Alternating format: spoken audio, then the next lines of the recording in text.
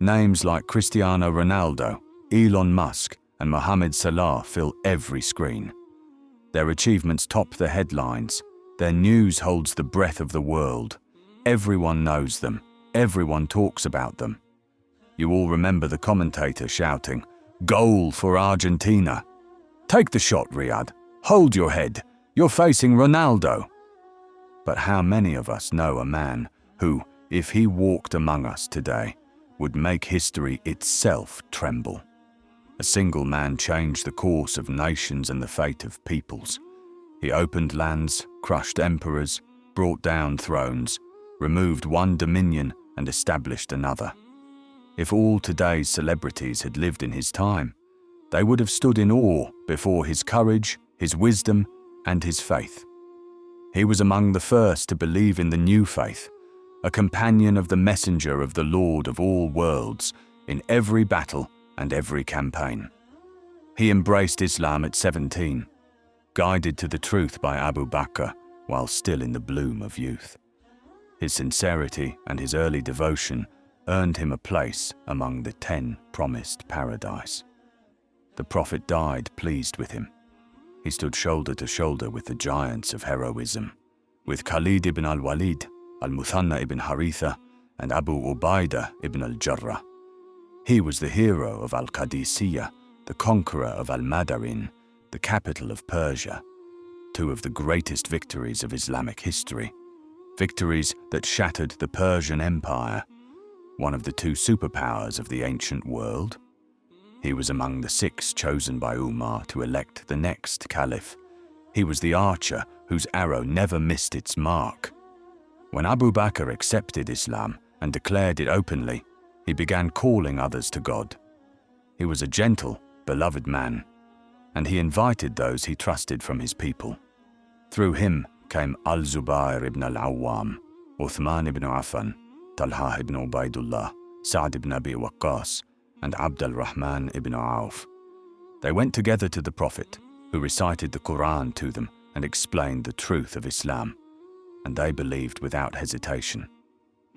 These were the pioneers, the first to step forward, those who confirmed the messenger and trusted what came from God.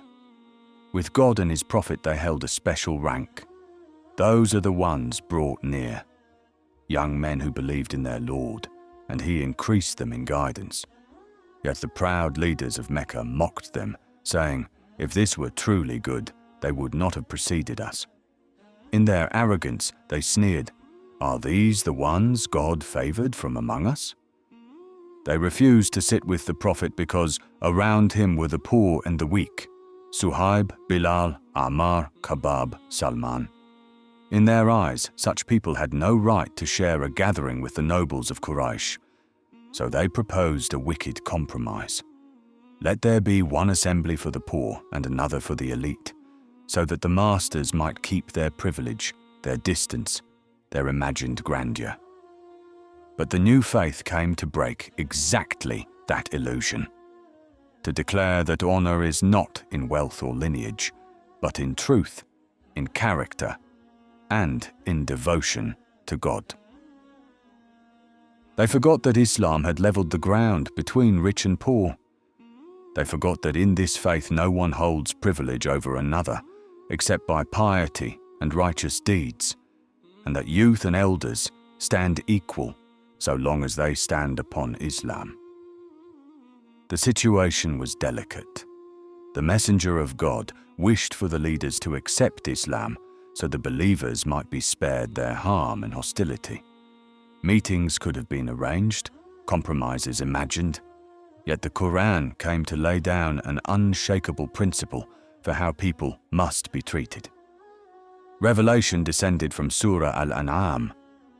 Do not drive away those who call upon their Lord morning and evening seeking his face. You are not accountable for them in anything, nor are they accountable for you in anything, lest you drive them away and become of the wrongdoers. Thus we have tested some by means of others, so they might say, are these the ones God favored among us? Is not God most knowing of the grateful? These early believers had purified their hearts for God alone. They worshipped him at dawn and at dusk, seeking nothing but his pleasure. Could such people be cast aside? The measure then was truth, not wealth or poverty, not age or lineage, but sincerity of heart and fear of God.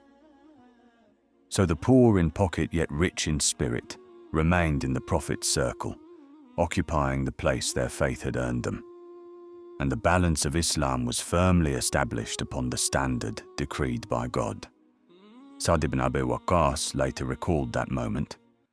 We were 6 with the Prophet when the idolaters said, "Send these away so they will not dare sit with us." Among us were myself, Ibn Mas'ud, Bilal, a man from Hudhail, and 2 others whose names I will not mention. Something crossed the Prophet's mind. Then the verse was revealed. Do not drive away those who call upon their Lord.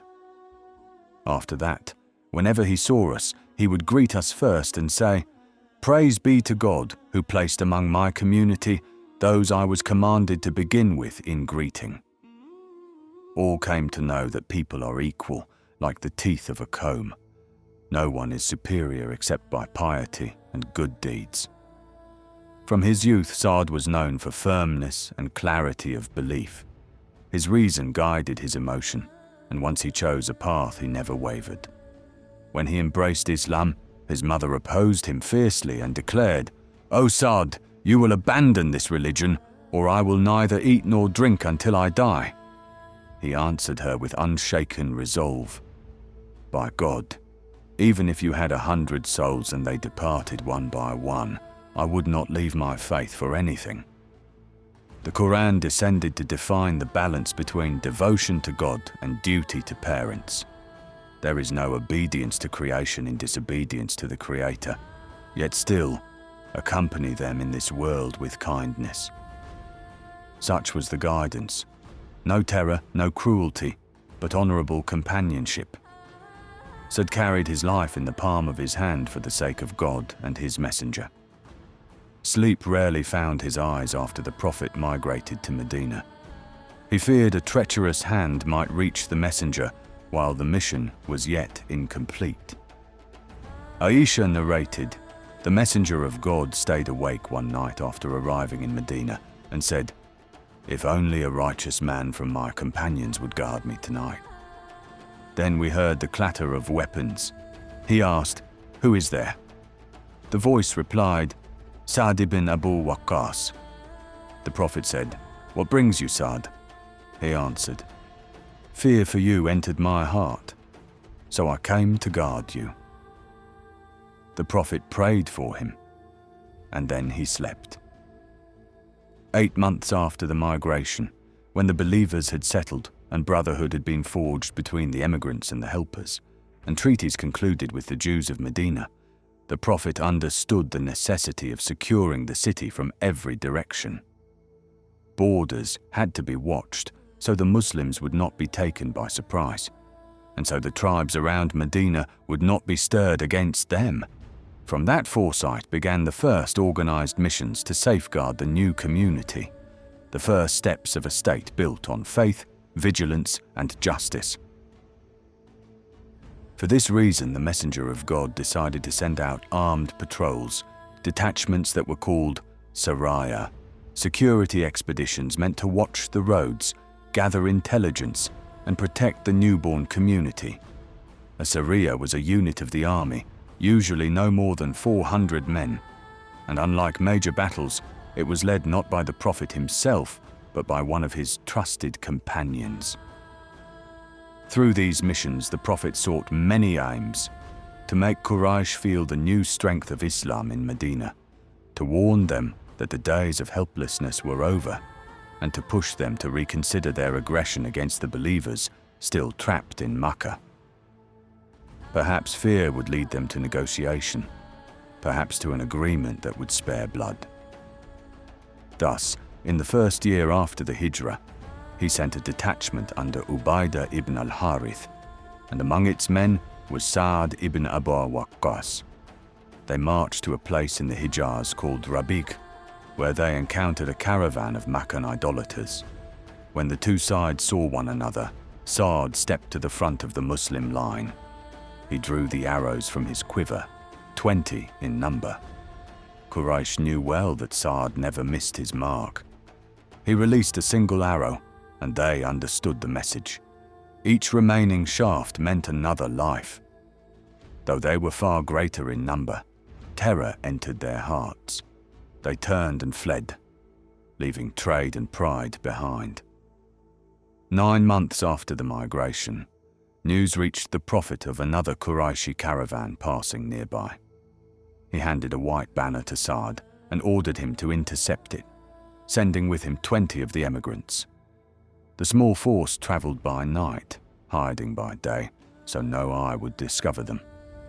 When darkness returned, they moved again until they reached the appointed place, only to find the caravan had already slipped away. So they returned to Medina. These maneuvers along the borders of the young state were a clear proclamation to all who dreamed of crushing Islam. We are here. The faith is alive.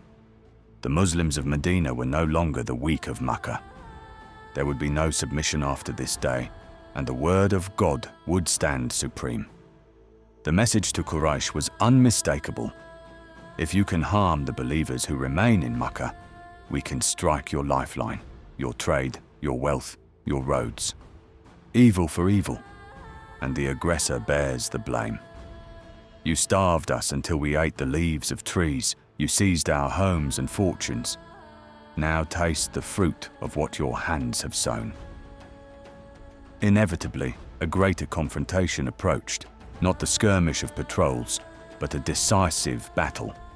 Revelation had already commanded, "Fight in the way of God, those who fight you, but do not transgress, for God loves not the transgressors."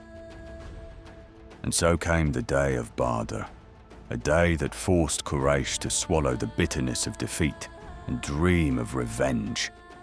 Against every calculation, the small Muslim army held command of the field. The resolve of the idolaters crumbled, their ranks scattered right and left, front and rear. Thousands faced only hundreds, yet certainty defeated numbers. The believers fought with a courage born of faith, carrying their souls upon their palms, seeking nothing but martyrdom and the raising of God's banner. When the standard-bearer of Quraysh fell, none dared approach the banner again, for the standard is the heart of an army, and their heart had died. Defeat swept through them. They fled, forgetting their boasts of avenging Badr and restoring lost glory. But even as the Muslims seemed on the edge of another triumph as radiant as the first, a single error committed by a group of archers turned the tide. Losses struck the believers, and the life of the Prophet himself stood in grave peril among the few who shielded him. The Battle of Uhud was about to write its most painful chapter. The archers had disobeyed the command of the Prophet to hold their positions no matter what happened. Victory seemed complete, and the glitter of spoils pulled their hearts from the hill they were ordered to guard. They left the secure rear of the Muslims unprotected, and in that single moment, the back of the army lay open. Khalid ibn al-Walid, still a commander of Quraysh in those days, saw the golden opportunity. With the swiftness of a hawk, he wheeled his cavalry, sweeping around in a deadly encirclement until he struck the Muslims from behind. They were caught between two jaws, crushed like grain between the stones of a mill. Of the archers, only Ibn Jubayr and 9 companions remained, clinging to their posts as the Prophet had ordered, resolved either to wait for permission or to die where they stood.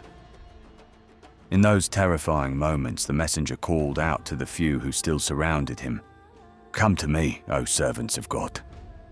The enemy was hunting for him, some even spreading the rumor that he had been slain.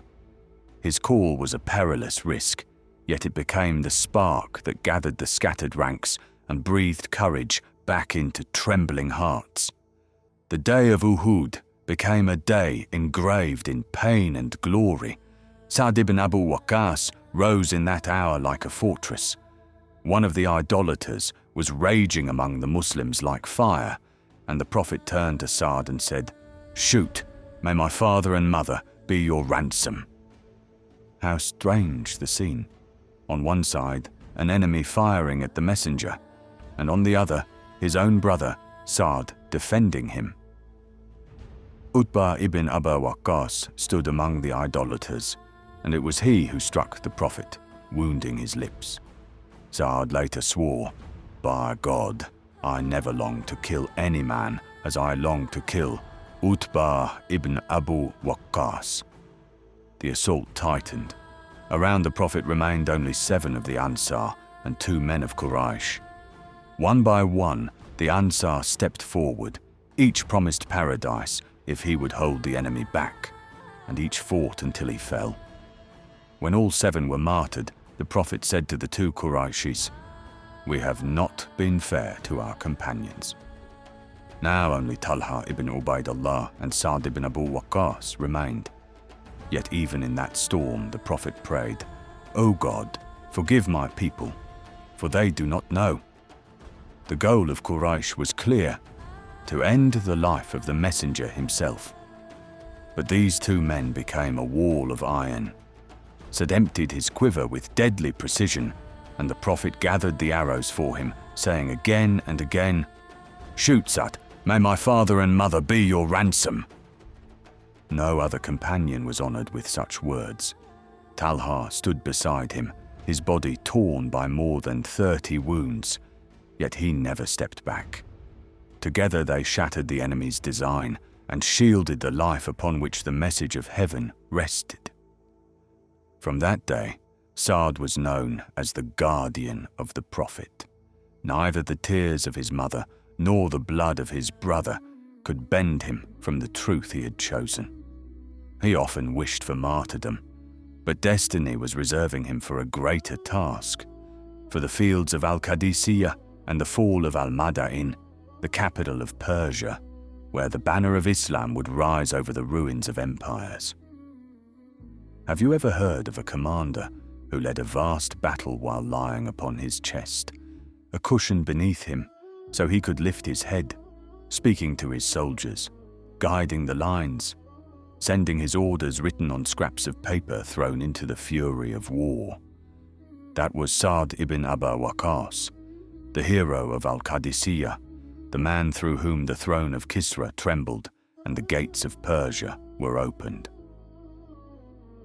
At that time, the Persian Empire stood as one of the 2 giants of the world, shoulder to shoulder with Byzantium. How then was it shaken, and by what means was victory achieved? When Umar ibn al-Khattab assumed the Caliphate after Abu Bakr, the frontier with Persia was already aflame. Al-Muthanna ibn Haritha held the line along the borders of Iraq, sending urgent messages to Medina asking for men and arms. True, he had struck the Persians hard and taught them a bitter lesson, but the struggle was far from finished, and the enemy was gathering once more. Umar proclaimed a general mobilization. From every direction he called for the bravest men, the strongest horses, the stores that could keep an army alive on the march. For a moment, he considered leading the campaign himself. The hour was critical, the lives of Muslims precious, and the task of breaking the power of disbelief demanded a commander of iron will. Yet many of the companions opposed his departure. "Remain in Medina," they urged. "Your presence is strength for every army. From here you can send reinforcements, direct the battles of Iraq and Syria. If harm were to reach you, the whole land would be endangered." Al-Muthanna was the pioneer who had first dared to pierce the borders of Persia. He knew the terrain, the temper of the Magians, their tricks and their weaknesses. After him came Khalid ibn al-Walid, dispatched by Abu Bakr after the wars of apostasy. Khalid strengthened the front and guided Al-Muthanna wisely. But soon the Caliph ordered Khalid to march with half the army to Syria, where the Romans had massed more than 200,000 for the fateful Battle of Yarmouk. Thus, Iraq was left exposed. Then Abu Bakr passed away, and Umar carried the burden of leadership.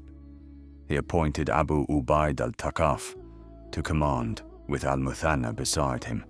But disaster struck at the Battle of the Bridge.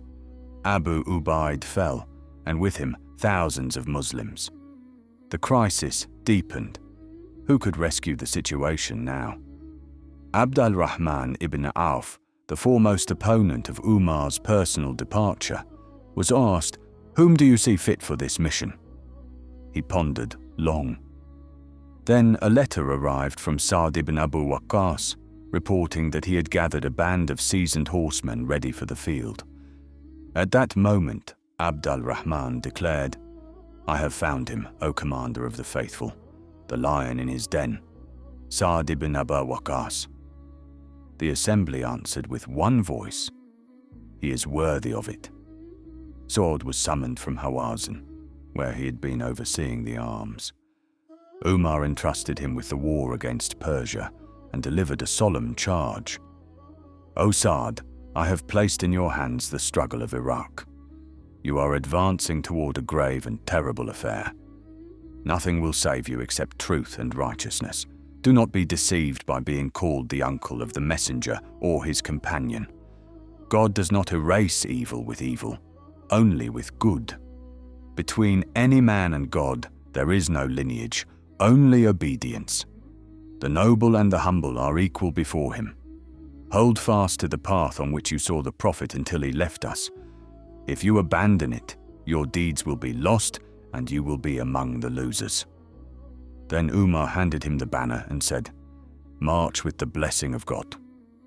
The banner, symbol of the army's soul, was now in the hands of the man destined to change the fate of empires. Around that flag the soldiers would gather, defend it with their lives, for as long as it stood, hope stood with it. And in those unforgettable moments the road to Al-Qadisiyyah was opened, the road that would lead to the fall of Al-Madain and to the end of the throne of Kisra itself. Umar handed the banner to Sa'd ibn Abi Waqqas, walked beside him as he departed, and prayed for victory and guidance.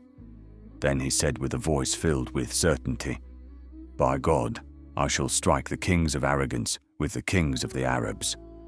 He chose for the army the finest men of the community, its faces and its hearts.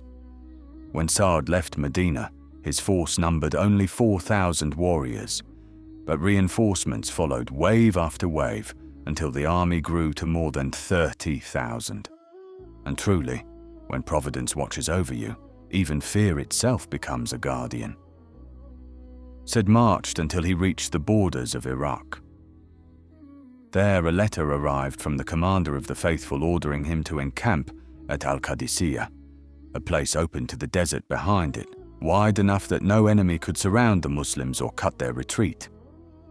At that very time, Al-Muthanna ibn Haritha was gathering the scattered Muslim detachments, preparing to join Sa'd after defeating the Persians in several encounters. Umar wrote to him, placing Sa'd in overall command and instructing a withdrawal to the edge of the desert. But Al-Muthanna, the daring pioneer of the Iraqi front, succumbed to the wounds he had received at the Battle of the Bridge before Sa'd's arrival. May God be pleased with him. He was the man who had first urged Abu Bakr to open the gates of Iraq, a commander of lightning raids and unbreakable resolve. Now Sa'd completed what Al-Muthanna had begun. He reorganized the forces for the decisive encounter that would end Persian rule in Iraq forever. Before the clash, Sa'd sent envoys to Rustam, the supreme Persian general, inviting him to one of three paths: Islam, tribute, or war. The Persians laughed at the Arabs' bows like spindles, mocked their lean horses, and treated them as beggars from the desert. For 4 months, Sa'd waited patiently, while Rustam made no move, yet Muslim raiding parties struck the frontiers again and again. At last, the Persian host began to stir. An army of nearly 200,000, supported by 33 war elephants trained for battle. Rustam sent word, Send us a wise man to speak with us." Sa'd dispatched Al-Mughira ibn Shu'bah, one of the keenest minds of the Arabs. Rustam said with condescension, "We know the hunger and hardship you suffer. We will provide food and clothing if you return home. We do not desire your death." Al-Mughira raised his head and answered like thunder, "We came not to return. You have only 3 choices: Islam, tribute, or the sword." Rustam's face darkened. The talks collapsed, and he swore, "Tomorrow we shall bury you in Al-Qadisiyyah." Sa'd, meanwhile, was stricken with illness, boils and sciatica that prevented him from mounting a horse or moving freely among the ranks. Yet the hopes of the nation rested on his shoulders. He appointed Khalid ibn Urfuta to relay his orders, placed a couch upon a high vantage point, and from there directed the battle through written messages. He commanded the army's reciter to read Surat al-Anfal. Then he proclaimed the takbar 3 times. At the 3rd cry, the champion stepped forward, the lines closed, and the 2 worlds, the crescent of faith and the empire of fire, crashed together on the plains of Al-Qadisiyyah. The riders of the elephants surged forward to break the Muslim ranks, yet the archers of Islam fixed their arrows upon the men who rode them. They struck at the elephants' eyes, slashed with swords at their flanks, and seized their tails, cutting the ropes that bound the fighting towers. The heavy howdahs crashed to the ground with their warriors beneath them. The beasts, maddened by pain, trampled their own masters and fled howling like wounded dogs from the spears of the Arabs. The Persians beheld before them fighters unlike any they had known, lions in human form, unyielding and unafraid. On the 2nd day, fresh aid reached the Muslims. At its head, Al-Qa'qa' ibn Amr, of whom it was said, "An army that holds Al-Qa'qa' shall never be defeated." The 2nd Persian champion came forth to challenge him. Al-Qa'qa' struck him down, then felled every man who dared to stand in his path. The banners of victory began to flutter over the believers. But on the 3rd day, the Persians restored the order of the elephants, surrounding them with dense ranks to bar the Muslims from reaching them. Those beasts carried scores of warriors, crushing all before them and tearing through lines and barricades until they reached the very heart of the host. Sa'd summoned the Persians who had embraced Islam and asked of the elephants' weakness. They said, "Their eyes and their lips. If these are struck, the beasts are useless." Sa'd called Al-Qa'qa' and his brother and charged them with the great white elephant, leader of the herd, while others took on the next in danger. They drove their spears into the eyes of the 2 giants. The riders were hurled to the earth, and the Muslims cut the lips of the beasts until they fled in terror, bursting through the Persian ranks in blind panic. When dawn came, the commanders raised their voices. "Victory is the child of patience. How many a small band has overcome a mighty host by the leave of God? Paradise calls to you. Its gates stand open." These words set the hearts of the believers aflame and poured dread into the souls of the Persians. Al-Qa'qa' and his companions reached the center of the enemy, and Hilal ibn Ulafa cried aloud, "Fight, O servants of God! By the Lord of the Kaaba, I have slain Rustam." Thus the armies clashed through the days of Armath, Agwath, and Amas, and the 4th night was named Laylat al-Harir. At last the Persians broke. Their commander Rustam lay dead, and Al-Qadisiyyah became the fiercest battle the Muslims had ever fought. Truly, the mother of all engagements. 2 months after that triumph, Sa'd reorganized his forces and marched toward the seat of Persian power, Al-Madain. The city fell, and Chosroes fled like a frightened fugitive. Sa'd sent to Umar the treasures of the empire. When the Caliph saw them, he wept and said, "People who delivered this are indeed trustworthy." Al replied, "You were chaste, O commander of the faithful, so your flock remained chaste." Yet the hatred of Persia was not extinguished. They gathered what remained of men and arms and met the Muslims at Jalula in a final struggle, a battle of life or death. They fought with desperate fury, but again defeat overtook them, and with that day, the empire of the Sassanids collapsed forever. Sa'd wrote to Umar announcing the victory and naming those who had fallen. God has granted us their shoulders. The Muslims pursued them through rivers and valleys. Among us were martyrs, whose names we do not know. God alone knows them. By night their voices were heard with the Quran, and by day they were the lions of men. Umar would question every traveller about the armies of Iraq, then return to his simple home. No wires, no machines, no satellites to reveal the field. Only faith, patience, and a heart bound to God. When the dust of Al-Qadisiyyah finally settled and God granted victory to the Muslims, Sa'd ibn Abi Waqqas sent a messenger to the commander of the faithful, bearing the glad tidings of triumph. In Medina, Umar lived upon the coals of waiting, watching the horizon for news as a thirsty man awaits the first rain. One day, he met that messenger on the road, neither knowing the other. Umar asked, "From where have you come?" The man replied, "From Iraq." Umar said with eagerness, "Tell me, servant of God."